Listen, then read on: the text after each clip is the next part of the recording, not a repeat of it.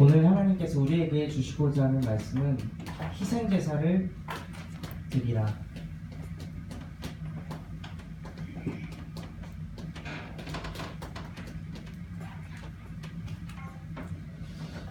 왜 희생제사를 드려야 하냐?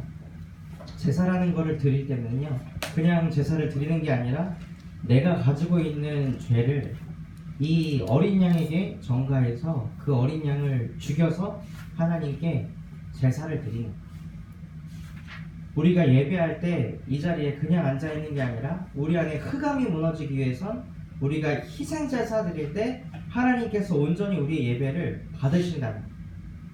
그냥 예배 자리에 앉아있는다고 해서 하나님의 음성을 듣는 게 아니라 이 자리에서 내가 죽고 내 안에 그리스도께서 사실 때 하나님의 음성이 들려지기 시작하는 거예요. 모세도 마찬가지였어요. 모세도 렘넌트로 자랐지만 하나님의 말씀이 모세에게 들리지 않았어요. 성경에 보면은 출애굽기 2장에서부터 모세라는 존재가 나타나기 시작하는데 여호와께서 모세에게 이르시되라는 말씀은 출애굽기 3장에서부터 나와요. 출애굽기 2장에 있을 때 모세가 어떤 존재였었죠? 모세가 부족한 존재였어요.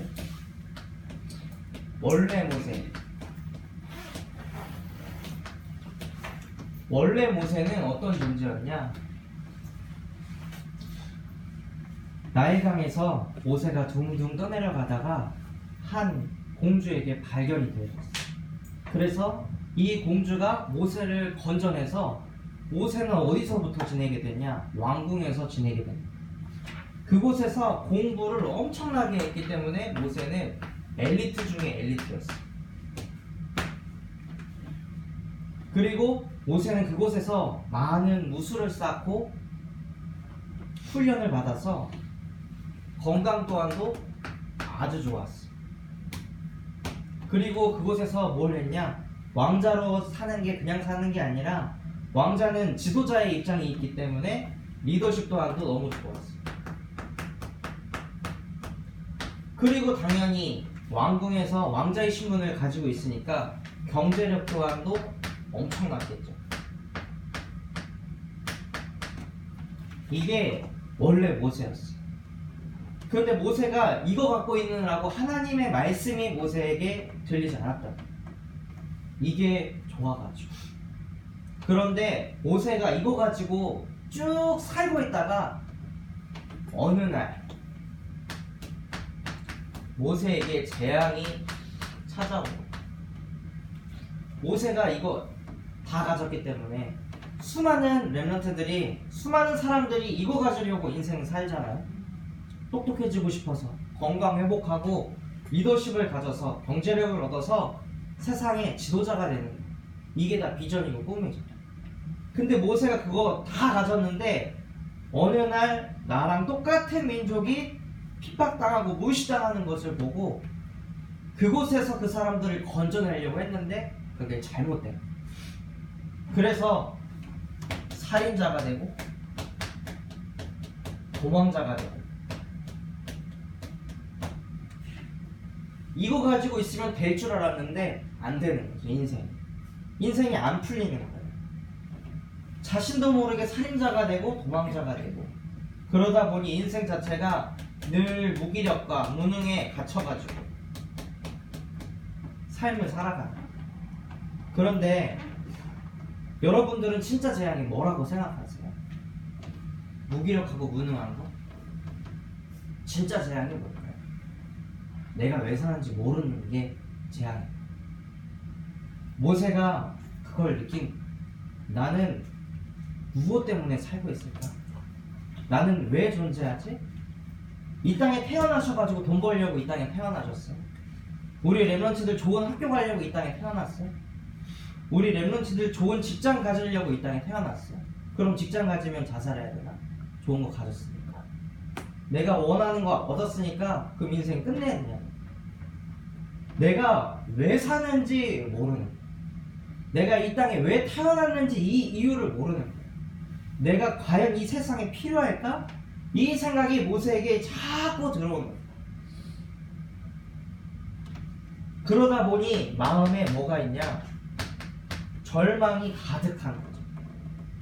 저 또한도 제일 힘들었던 게 뭐였냐면 내가 우울하다 이거보다 더 외로웠던 게 나는 왜 살고 있을까? 나는 무엇을 위해 사는 거지? 먹으려고 사나? 입으려고 사나? 사람들에게 인정받으려고 사나? 내가 도대체 왜 존재하는 거야? 교회를 다니려고 존재하는 거야? 무엇 때문에 내가 이 땅에 있는 걸까? 그거에 대한 질문을 던지는데 거기에 답을 못 찾으니까 미치겠네. 내가 누군지 모르겠으니까. 그게 가장 절망스러운 거구나라는 거를 제 마음속에도 깊숙이 깨달았어요. 그 속에 있으니까 모세가 뭘 느끼게 됐냐? 전도서 3장 18절에 보면 하나님께서 인간을 시험하셔서 그들이 뭘 깨닫게 하시냐? 내가 짐승과 같은 삶을 살고 있구나. 이것을 깨닫게 하신다고 되어 있어. 모세가 그것을 깨달은 거죠. 짐승하고 내가 다른 게 뭘까? 여러분, 이 사람이 뭔가 불편하면 기술을 발전시키잖아요. 과학이 발전하고 문명이 발전하잖아요. 짐승은 안 그럴까요?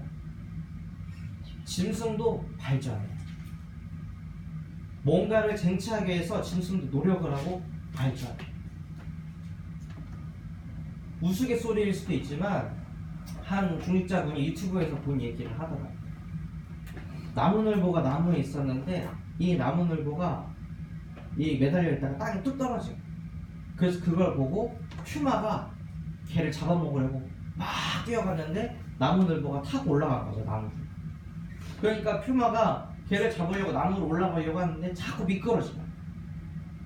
그러다가 퓨마가 계속 손톱으로 이렇게 나무를 핥히고 보니까 손톱이 날카로워진다는 걸 깨달은 거예요. 퓨마가. 그래서 계속 긁어가지고 발톱하고 손톱이 날카로워진 그걸로 찍어가지고 올라가서 결국에는 걔를 잡아 죽이더라. 그런 것처럼 짐승조차도 뭐가 부족하다? 이걸 발전시킨다. 그럼 짐승하고 인간하고 다른 게 뭐냐는 거야. 짐승도 발전하고 짐승도 뭔가 생각을 한단 말이야. 그렇게 인간하고 짐승하고 똑같은 삶을 살아가고 있어. 모세가 무엇을 몰랐을까요? 모세가 진짜 알아야 될 게 원래 나를 아는 것보다 원래 사람이 어떤 존재냐는 것을 몰랐던 거예요. 여기에 계신 모든 인격도 사람이라는 그 대집합 안에 포함이 되시잖아요. 그러면 사람이 원래 어떤 존재였는지 그걸 알아야 돼요. 원래 인간이 어떤 존재였는지 이걸 알아야 되는데 모세가 그거를 잃어버렸어. 원래 사람이 어떤 존재냐? 창세기 1장 27절에 하나님의 형상대로 창조된 존재가 바로 사람이다. 하나님의 형상. 하나님의 형상은 뭘 보고 하나님의 형상이라고 하죠? 신비한 능력을 나타내는 게 하나님의 형상일까요? 성경에는 이렇게 되어 있어요. 요한복음 4장 24절에 하나님은 영이시다. 하나님을 가리켜서 영이라고 성경에서는 말씀하고 계세요. 그렇다면 원래 사람은 어떤 존재일까요? 영혼을 가진 영적 존재라는 거죠.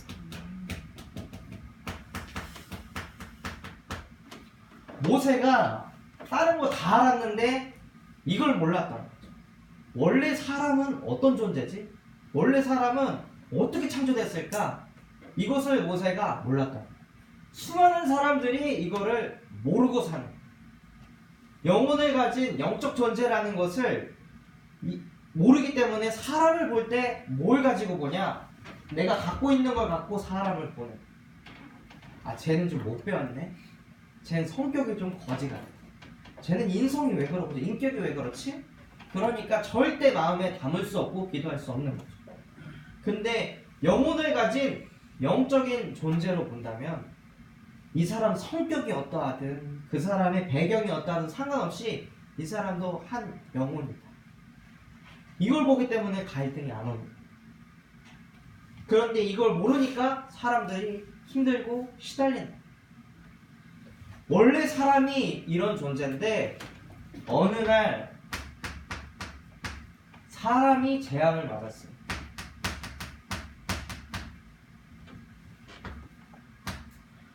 어떤 재앙을 맞게 됐냐? 인간은 하나님의 형상대로 창조된 영적인 존재라고 하셨는데 창세기 3장 5절에서 6절에 하나님께서 말씀하신 그 내용을 인간이 잊어버렸어요. 동산나무에 있는 저 선악과 절대로 먹지 마. 저거 먹는 날에는 너희는 반드시 죽을 것이다. 했는데 사단의 속임수에 넘어가서 아니야, 저거 먹어도 돼. 너가 하나님처럼 될까봐 하나님께서 먹지 말라고 하셨어. 그러니까 먹어. 네가 한번 신이 되어봐. 이 메시지를 딱 붙잡고 사람이 하나님의 말씀을 어기게 됩니다. 그런데 왜 하나님 말씀 어겼는데 하나님을 떠났다고 표현하는 걸까요? 왜 그러냐? 하나님은 영적인 존재로서 말씀으로 역사하세요. 또 성경에 이렇게 되어 있어요. 요한복음 1장 1절 태초에 말씀이 계시니 말씀이 곧 하나님이다. 이 말씀이 인간에게 전달됐는데 이 인간이 그 말씀이 자기와 함께 있지 않으니까 하나님의 말씀을 불순종하게 된 거죠. 그래서 이것을 가르쳐서 신학적으로 인간이 하나님을 떠났다고 하는 거예요. 그래서 인간이 하나님을 떠나니까 어떻게 됐어요? 반드시 죽을 것이다. 그런데 아담과 하와 안 죽었잖아요. 뭐가 죽었냐? 영이 죽은 거예요. 그래서 로마서 3장 23절에 아담 이후로 나타나는 모든 인간들은 싹 다 죄인이다.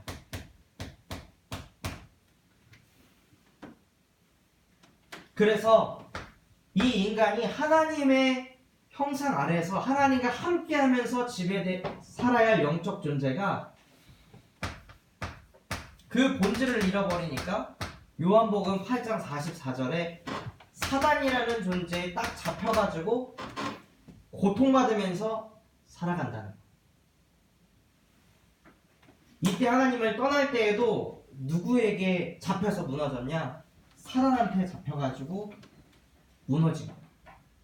사단이 뭘 건드리냐면 인간 안에 깊은 곳 속에 네가 신이 될 수 있어. 너는 세상에서 가장 위대한 존재가 되고 싶잖아. 그것을 사단이 알고 그걸 잡고 넘어뜨리는 거예요. 왜냐? 사단도 원래는 뭐였죠? 원래 천사였죠. 하나님이 만든 영적 존재였어. 그런데 이 영적 존재가 자기도 신처럼 되고 싶다 해가지고 사단이 계속 고통받으며 살잖아.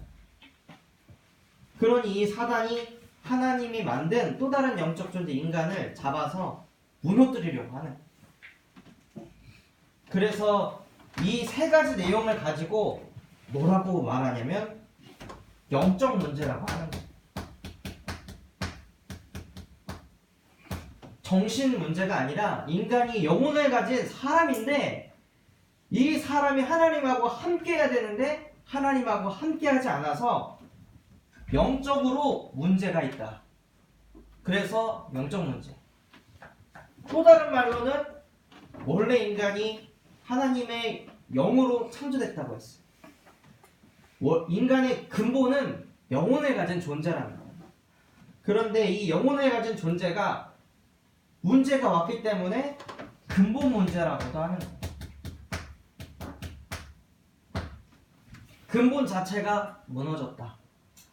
근본 자체가 완전히 저주 맞았고 재앙 맞아서 사단의 노예가 돼서 살아가고 있다. 그래서 짐승과 똑같은 인생을 살고 있다. 이것을 모세가 몰랐고 수많은 사람들이 몰라서 무너지고 있어.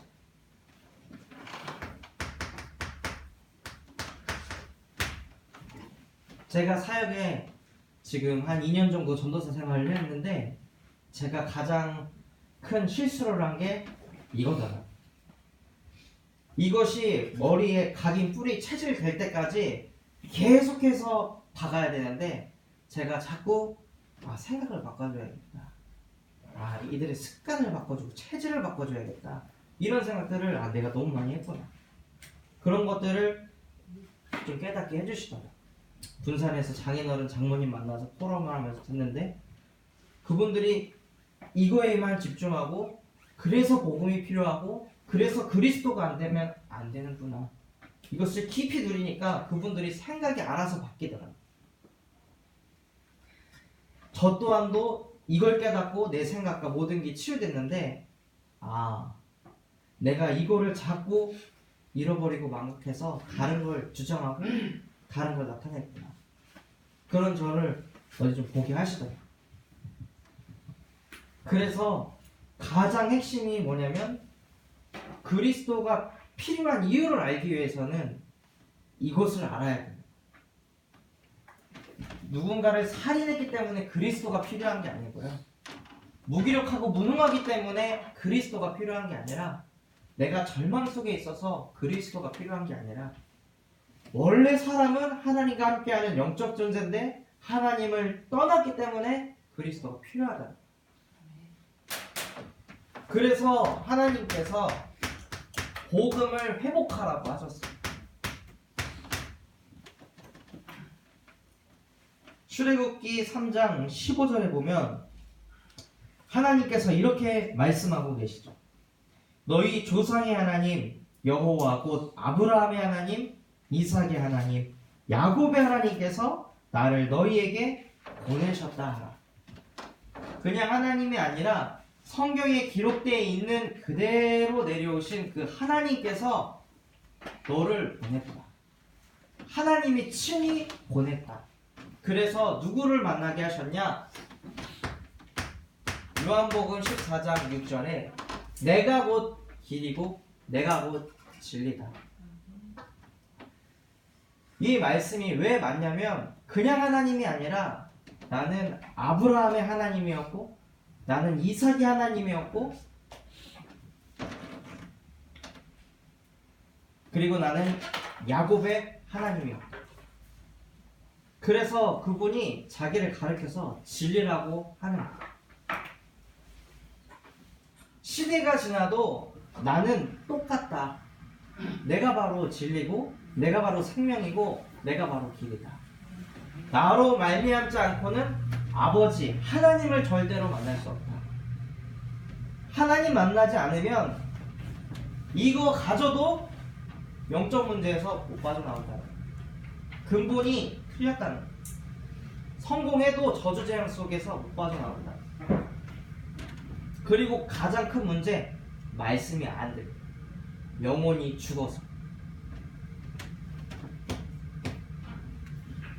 그리고 복음을 회복하라고 하시는데 하나님께서 모세에게 뭐라고 말씀하시냐면 출애굽기 16절에 보면 너희가 애굽에서 당한 일을 확실히 보았노라. 하나님께서 알고 계신다. 우리의 각 사정을 알고 계신다. 근데 여기서 말하는 애굽은 뭐냐? 근본 문제에 잡혀서 사단에 노예됐다는 하나님께서 아신다. 그래서 그 속에서 하나님께서 뭐라고 말씀하시죠? 너희를 그 속에서 내가 건져낼 것이다.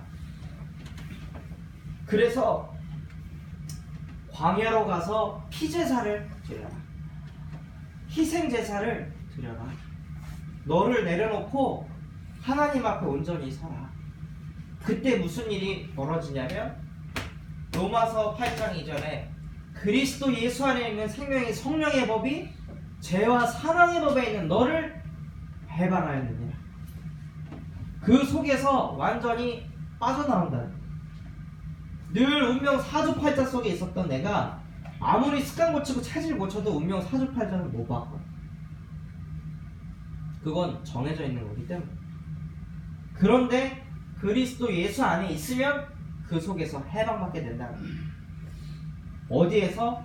사단의 지배 아래에서 해방받게 된다. 그리고 하나님께서 복음을 회복하라고 하셨는데 모세에게 또 뭐라고 말씀하셨냐? 너희가 사흘 길 가서 피제사 드리면 되는데 아마 그거 못하게 할 거야. 애굽의 왕이 그걸 못하게 할 거야. 그러나 내가 나의 강한 손으로 그들을 칠 것이다. 무슨 뜻이냐? 여러분이 예배를 못 드리게 하고 말씀 묵상 못하게 하고 기도 못하게 하고 늘 나 중심에 있게 만드는 모든 마귀의 일을 하나님의 아들 예수 그리스도께서 완전히 박살내셨다. 그 복음을 회복하라고 모세에게 말씀하고 계시는 거예요.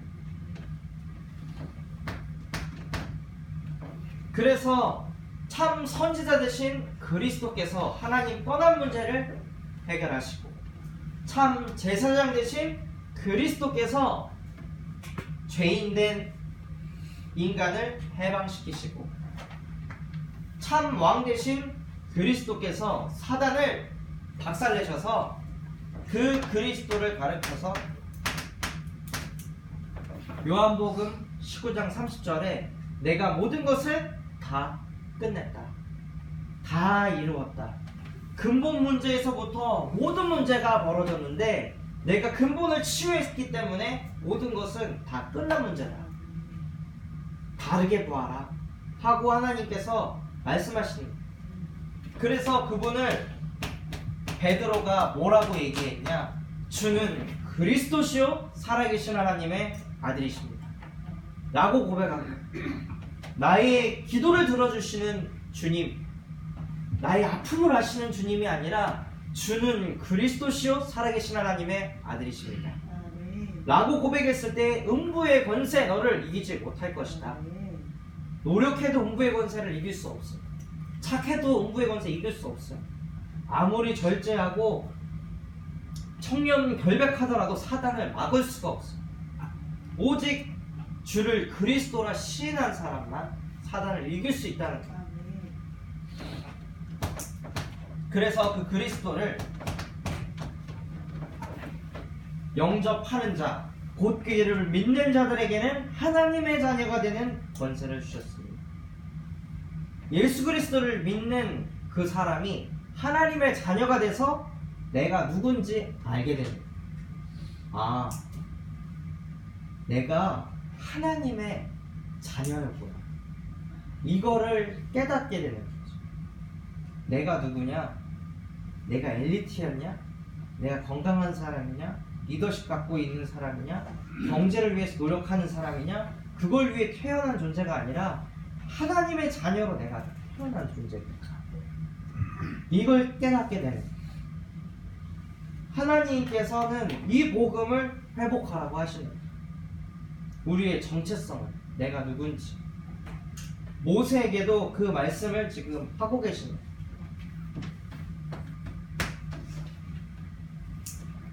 모세가 원하는 하나님이 이런 하나님이었을 거죠. 하나님, 나를 다시 왕좌로 나를 끌고 가주세요. 그때 그 화려했던 그 나를 회복시켜주세요. 다시 엘리트의 반열에 서게 하시고 내 건강을 회복하시고 사람을 다스릴 수 있는 리더십과 경제력을 나에게 주세요. 이렇게 기도했을 거예요. 이렇게 하나님께서 준다고 얘기하셨을 텐데 하나님께서는 그런 얘기를 안 하셨다는 거예요. 대부분의 인간이 원하는 걸 하나님이 주겠다고 말씀하시지 않는다는 거예요, 성경에서. 왜냐? 인간은 영적인 존재입니다.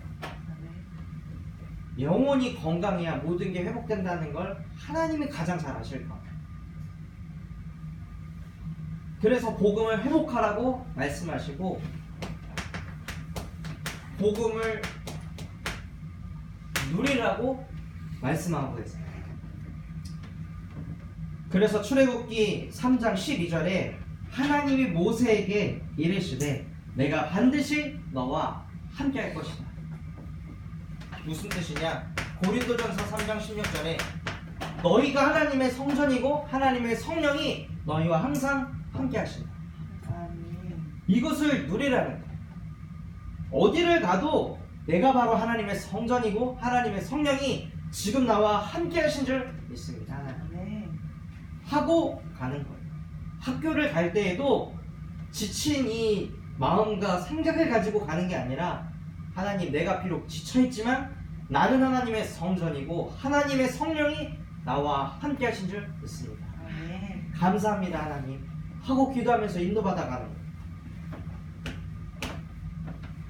복음을 누리라고 하시는데 뭐라고 하시냐? 하나님께서 모세에게 이르시되 15절에 나는 아브라함의 하나님, 이삭의 하나님, 야곱의 하나님 그 하나님께서 나를 너희에게 보내셨다 하라. 하나님이 함께 하셔서 하나님이 인도하고 계신다는 거예요. 그 뜻은 무엇이냐? 요한복음 14장 26절 27절에 보혜사 성령께서 너희를 가르치시고 너희에게 생각나게 할 것이다. 무엇을 생각나게 하실까요? 주는 그리스도시며 살아계신 하나님의 아들이십니다. 내가 갖고 있는 모든 문제 이미 다 끝났습니다. 다른 걸 보게 하여 주시옵소서. 다른 관점으로 하나님이 내게 왜 이걸 허락하셨는지 그 관점으로 보게 하여 주시옵소서. 그때 세상에 줄 수 없는 평안을 너에게 주겠다 하고 약속하신 거예요.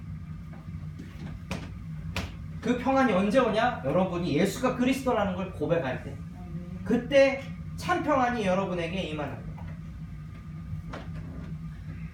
그리고 또 복음을 누리라고 하셨는데 뭐라고 말씀하시냐?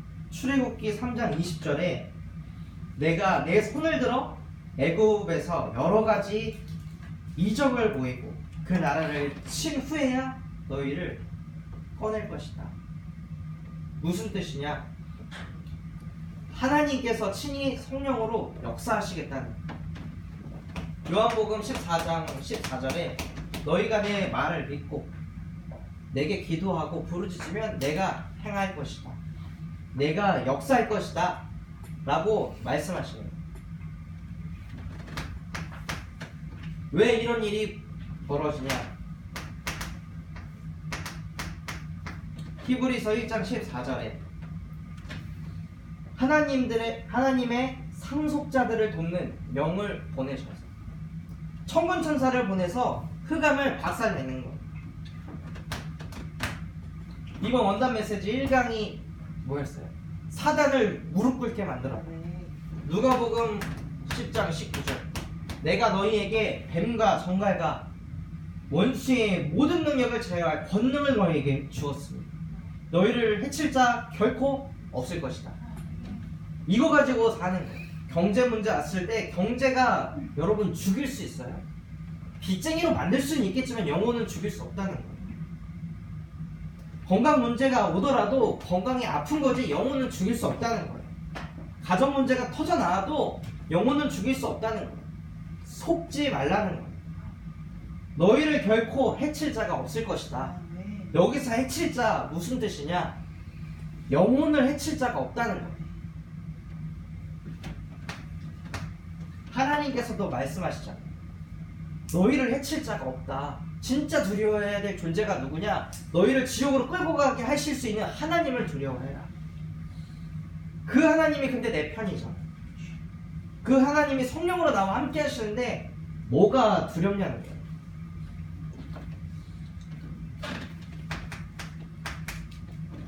그리고 모세에게 너희의 배경은 왕자가 너의 배경이 아니라, 너희의 배경은 부모가 너의 배경이 아니라 너의 배경은 천국 시민권이다. 하늘 보좌가 바로 너의 배경이다. 그래서 그거 가지고 무엇을 하냐? 오직 성령이 너에게 임하시면, 다른 거 말고 성령이 너에게 임하면 너희는 권능을 갖게 될 것이다. 똑똑해져서 권능 갖는 게 아니라, 건강해져서 권능을 갖는 게 아니라 오직 성령이 너에게 임할 때 그때 권능 받아서 예루살렘, 유대, 사마리아 땅끝까지 증인이 되리라. 노력해서 되는 게 아니라 될 것이다. 너를 그렇게 만들 것이다 하고 하나님께서 약속을 하신 거예요. 저 모세에게 뭐라고 말씀하셨어요? 네가 가서 이스라엘 장로들을 모아가지고 얘기하고 바로왕한테 가서 얘기하고 하면 내 말을 들을 것이다. 모세가 노력한 게 아니라 하나님께서 약속하신 거잖아요. 그래서 말씀대로 그 다음 4장부터 그 말씀대로 이루어지는 게 쭉 나오는 거예요. 그래서 말씀 붙잡고 있으면 하나님께서 이루어 가신다는 거예요.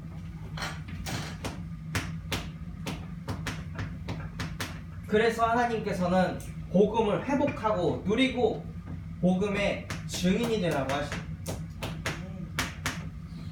내가 증인이 되냐가 아니라 너를 복음의 증인으로 만들 것이다. 하나님이 그렇게 하려고 우리를 부르신 거예요. 왜 우리를 복음의 증인으로 부르셨냐면 오늘 본문에 모세가 누구한테 가서 복음을 얘기해? 가정과 가문에 가서 자기 민족에게 찾아가가지고 자기 주변 지인들을 찾아가서 이 복음을 전달해 주는 거야. 자기가 복음 회복하고 누렸던 것들을 포럼하고 증거하는 거야. 그리고 또 모세가 누구를 찾아가죠? 애굽 왕에게 찾아가요. 애굽 왕은 모세에게 어떤 존재일까요? 만나고 싶은 존재? 나와 맞지 않는 존재.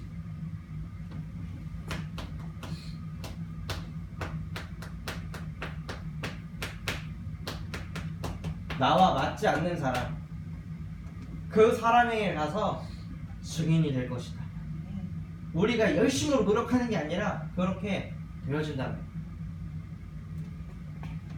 우리의 근본은 나와 맞지 않는 사람은 싫거든. 저도 저를 봤을 때 제가 참 심각하다라고 느낀 게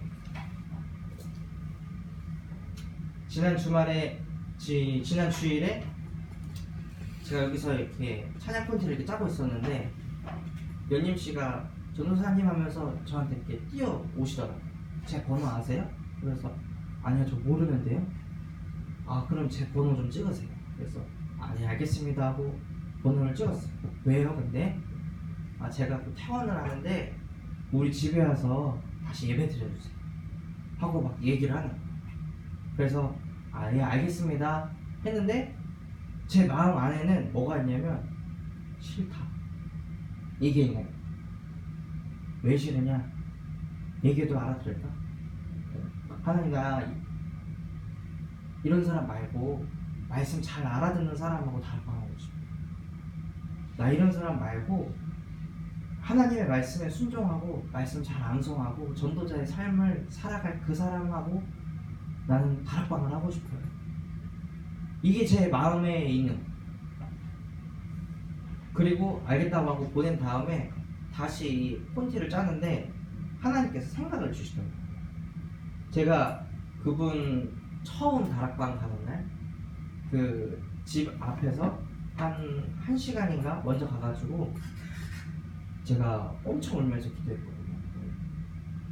김은숙 권사님이 복음 전에도 복음 안 받고 이정화 권사님이 복음 전에도 복음 안 받은 그 사람. 하나님, 나도 복음 전하면 저 사람 안 받아요. 내 힘으로는 못합니다. 저 두려워요. 복음 어떻게 얘기해야 돼요? 그리스도께서 역사에서 그 사람의 마음의 문을 열어주세요. 하나님의 나라가 임하게 해주세요. 저 할 수 없어요. 나와 함께 해주세요. 저 두려워요. 저 할 수 없어요 하고 1시간 동안 하나님께 그렇게 부르짖으면서 그 영혼을 위해서 기도하고 그날 가서 복음 전했더니 그분이 울면서 복음을 받고 영접하고 그런 일들이 벌어져요. 그런데 너는 그 사람이 복음 받고 교회가 되니까 상관없냐? 그 사람 아직 이거 모르는데, 근본 문제가 뭔지 영적 문제가 뭔지 제대로 모르는데 너는 그 사람 상관없냐? 이런 생각을 주시니까 하나님 앞에서 제가 너무 부끄럽다. 네가 전도자냐? 네가 진짜 하나님의 사람이냐? 이런 질문들을 하게 하시는데, 와, 나는 지금 복음을 못 누리고 있구나. 나는 지금 복음을 모른다. 난 지금 영적 문제에 빠진 한 영혼에 불과하다. 이게 깨달아지니까 복음에 집중을 할 수밖에 없다. 그래서 하나님께서는 고린도후서 2장 10절에서 11절에 모든 일에든지 사람을 용서해. 모든 일에든지 사람을 다 용서해라. 왜냐? 사단을 기쁘지 않게 하기 위해서.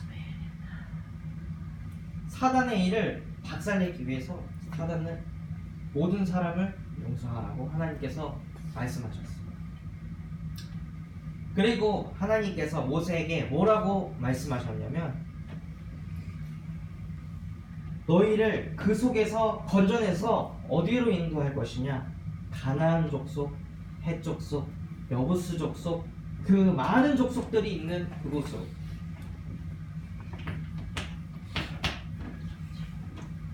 237의 증인이 되라고 하시네요. 237개 나라의 증인이. 근데 내가 지금 여기 임학동 병망동에 있는데 어떻게 237의 증인이 됩니까? 다민족을 마음에 담으라는. 왜 하나님께서 다민족을 마음에 담으라고 하셨을까요? 다민족에게는 이걸 모르기 때문에 다민족에게 복음을 전달하라고 하시는 거예요.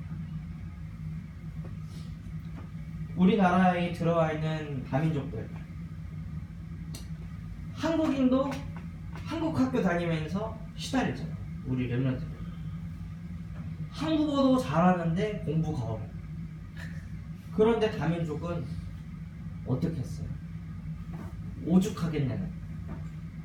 학교 와도 공부가 어렵고, 친구들하고 대화할 때 한국어 잘 못하니까 개무시 당하고.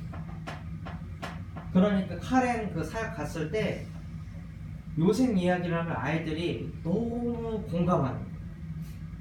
근데 그게 저는 감사한 게 아니라 마음이 아프더라고요. 요셉을 왜 공감할까요? 형들한테 왕따 당하고 욕먹고 핍박당하고 그 요셉을 공감하는 거예요. 걔네들이 지금 그렇게 살고 있어가지고 너무 어려움 속에서 살고 있는 거예요. 근데 그 아이들이 요셉이 하나님과 함께해서 그걸 뛰어넘었다는 그 얘기를 듣고 아이들이 희망을 얻고 소망을 품고 아이들이 살아가고 있어요. 그래서 다민족에게 이 복음을 전달하라는 거예요. 그 다민족을 품고 기도하라.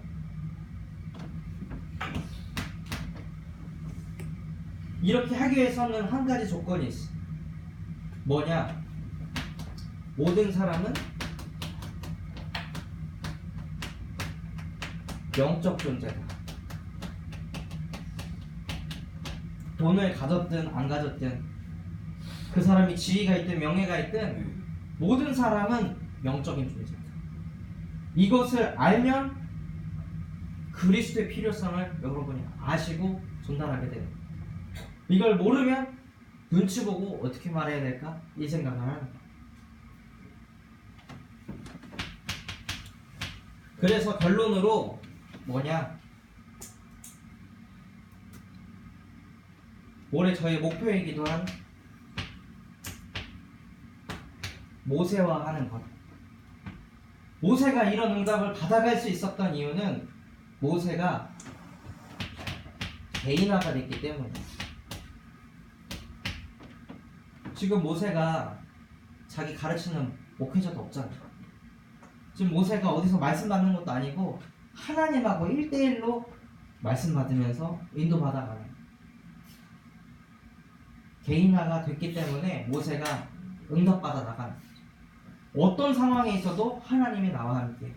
이게 모세가 개인화가 되니까 홍해바다 앞에서도 모세가 무너지지 않았고 200만 명이 모세에게 쌍욕을 하는데도 모세는 무너지지 않았어요. 왜냐? 모세는 개인화가 됐기 때문에.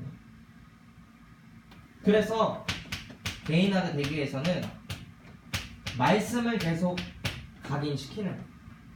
무슨 말씀을 계속 각인시키냐?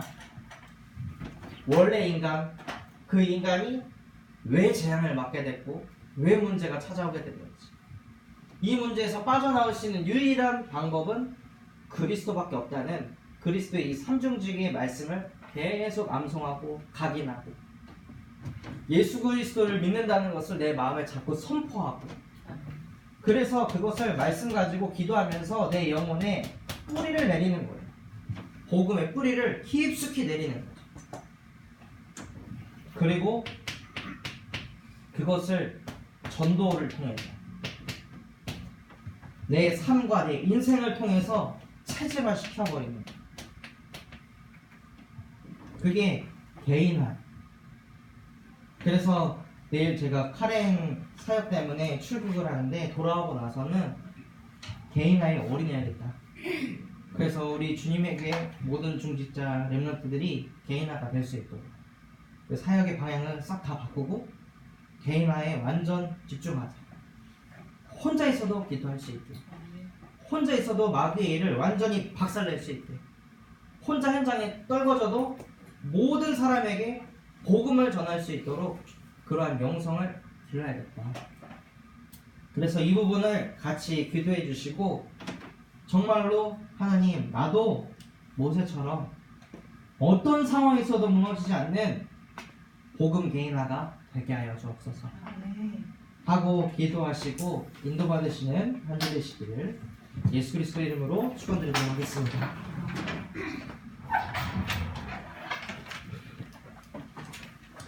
기도하고 마치도록 하겠습니다.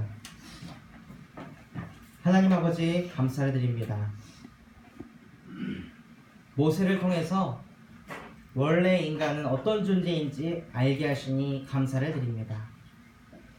하나님, 원래 인간은 하나님의 형상대로 창조된 영적인 존재라는 것을 깨닫게 하시니 감사를 드립니다. 하나님, 이것을 몰라서 늘 하나님과 떠나서 하나님과 상관없이 내 힘으로, 내 노력으로 살고 있었던 나의 인생에 길 되시고 진리 되시고 생명 되시는 그리스도를 통해서 하나님과 함께하는 인생이 되게 하시니 감사를 드립니다.